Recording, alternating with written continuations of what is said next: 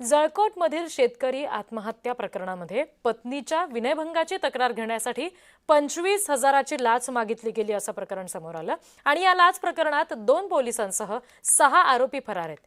गुन्ह्यातील 2 पोलीस कर्मचाऱ्यांचं निलंबन झालेलं आहे।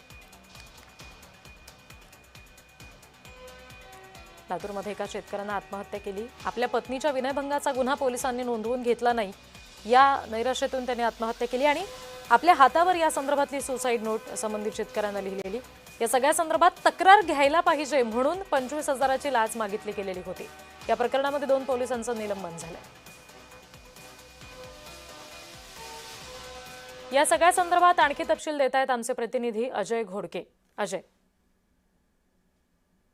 रिद्धी, खरं तर लातूरसाठी ही एक अत्यंत धक्कादायक अशी ही बाब आहे। मागच्या 10 ते 15 दिवसापूर्वीच उदगीर ग्रामीण पोलीस ठाण्यातील एका पोलीस निरीक्षकाला 45,000 रुपयाची लाच घेताना लाचलुचपत प्रतिबंधक विभागाच्या पथकाने रंगेहात पकडल्याची एक धक्कादायक बाब समोर आली होती आणि त्यानंतर लागलीच जळकोट तालुक्यामध्ये आपल्या स्वतःच्या पत्नीच्या विनयभंगाचा गुन्हा दाखल करायला गेल्याच्या नंतर त्या ठिकाणी 25,000 रुपयाची लाच पोलिसांनी मागितली आणि आरोपींनी आणि पोलिसांनी मिळून त्या ठिकाणी धमकी दिली। अशा पद्धतीचा मजकूर लिहून आरोपी आणि पोलिसांची नावं लिहून एका 47 वर्षीय दत्तात्रय जायभाई नावाच्या जळकोट तालुक्यातील यकुर्गा खुर्द येथील एका शेतकऱ्याने आत्महत्या केल्याने एकच खळबळ उडाली आहे।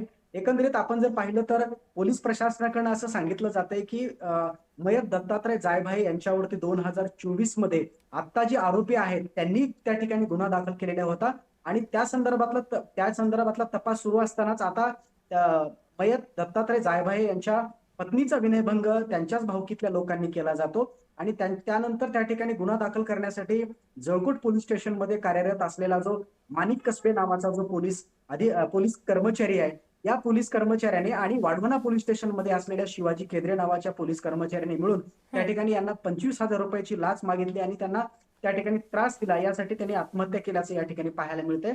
परंतु रिद्धी, याच्या पुढे जाऊन अजून एक धक्कादायक बाब या ठिकाणी समोर अशी आलेली आहे की जळकोट पोलीस स्टेशन मध्ये 2 पोलीस कर्मचारी आणि 4 अन्य आरोपी अशा 6 व्यक्तींवरती गुन्हा दाखल करण्यात आलेला होता।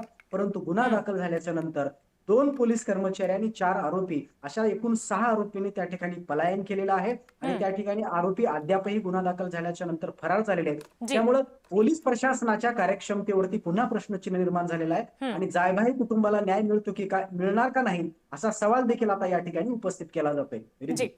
अजय आणि इतरही सगळ्या प्रतिनिधींना धन्यवाद। या सगळ्या बातम्यांचा तपशील तुम्ही आमच्यापर्यंत पोहोचवलेत यासाठी।